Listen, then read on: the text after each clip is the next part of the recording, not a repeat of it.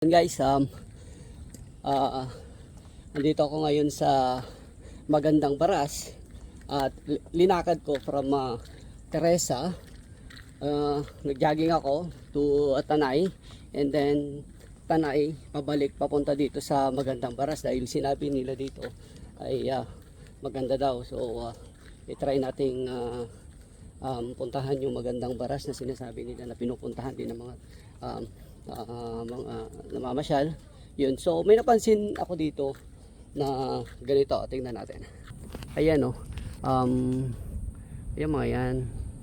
Ayan, akala ko yung parola, kasi sabi ko bakit ang dami. Nagtanong ako doon sa Ali, sabi ko, Nay, ano po yung mga yan? Sabi ko, ano pong purpose ng mga yan? Sabi ko, kasi yung may nakita ko kanina umaakyat. Ayan, so ano lang pala yan guys, yung bangka, tapos linagyan nila ng ganyan, tapos diyan nakapwesto yung mga mangingisda na ginagamit ay baril. Ayan, baril daw ginagamit nila yan, yung para mas ano daw, may tricking daw. Ayan, so alam mo naman ng mga Pilipino kung ano yung mas masaya, doon sila, doon tayo.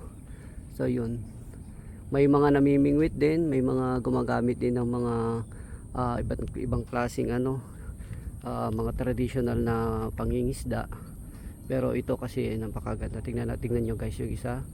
I-focus natin.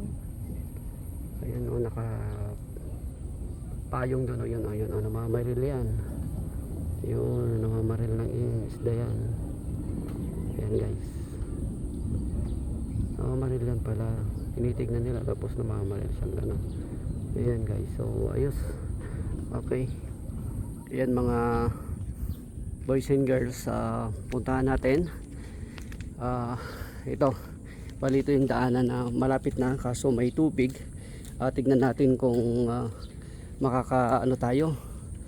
makakatawid tayo. Dito tayo siguro sa gilid kasi may mga riprap naman dito. Try natin dumaan dito sa gilid na to. So marami ring mga dito, resort, magaganda rin ang bahay dito. So bali kasi ito yung sa may Laguna de Bay, yan kasama na to dagat, sabi nila kanina. So try nating lumusob kung kaya natin. Ayan, so that's all. At yun nga, labas yung sapatos ko. Ganito ang daanan kasi yung doon sa daanan na yun, baha, mataas yung tubig. So dito ako sa gilid-gilid. Ayun, medyo hindi naman malambot yung lupa. So itry ko dito, sana dumulas kasi yung bato na ayan, basa na.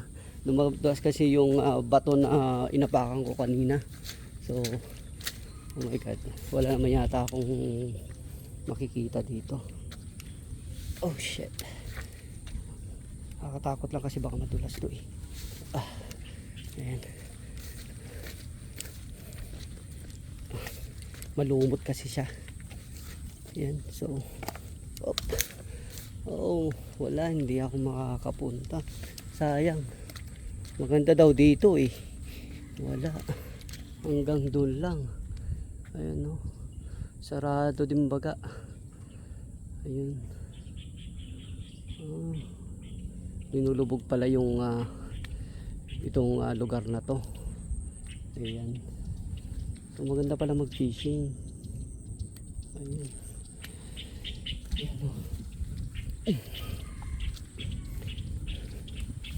wala guys, balikan ko to sa susunod.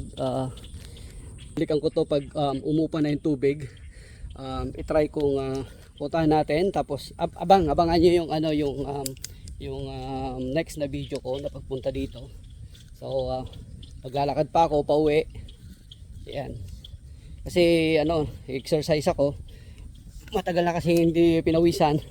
Halos 1 year na rin ako hindi pinawisan talaga kasi malamig yung pinuntahan kong lugar. So that's all guys and girls. Thank you so much for watching. Like and follow and share na rin. Thank you. Thanks for the support. Mwah. Dito na tayo sa bayan ng Baras. Yan, pamahalaan bayan ng Baras. Ayan, dito na tayo. So ayan. Dito tayo. So, lakad ulit. Papuntang ano, Teresa. Ay, yung buko. May nadaanan akong buko dito. Papauwi ako, may nadaanan akong titinda ng buko. Kain muna tayo. Ubus ko na yung sabaw niya, diba? Para hydrate. Dahil ma-dehydrate.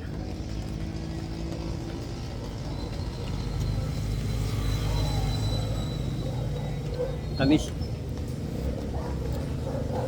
Tamis guys. Tamis. Yan dapat pag pagod.